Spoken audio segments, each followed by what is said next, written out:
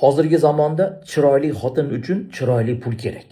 U haligi avvalgi zamondagi sochini qatiqlab yuvib, qoshiga qalin qilib o'smani qo'yib olishlar u inamiz zamonida qolib ketgan.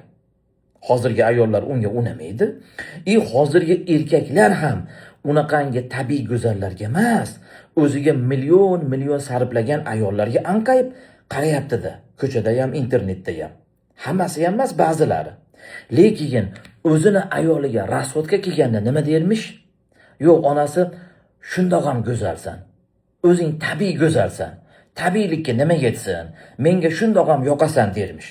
Lekin o'zi yana ko'chadagi o'sha million sarflagan soxta go'zallarga anqayib qararmish, havas qilib.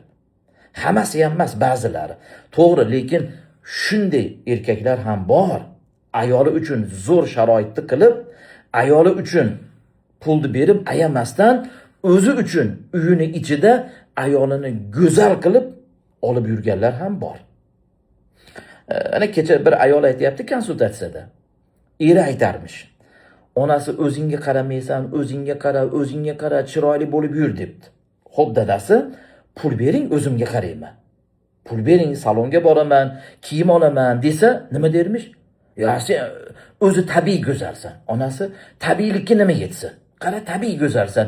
Menga shundoq ham yoqasan dermish-da, lekin o'zi yana ko'chadagi o'sha soxta go'zallarga, o'ziga million sarflagan 8 kiloni choplaganlarga, shularga havas qilib, shularga anqayarmish.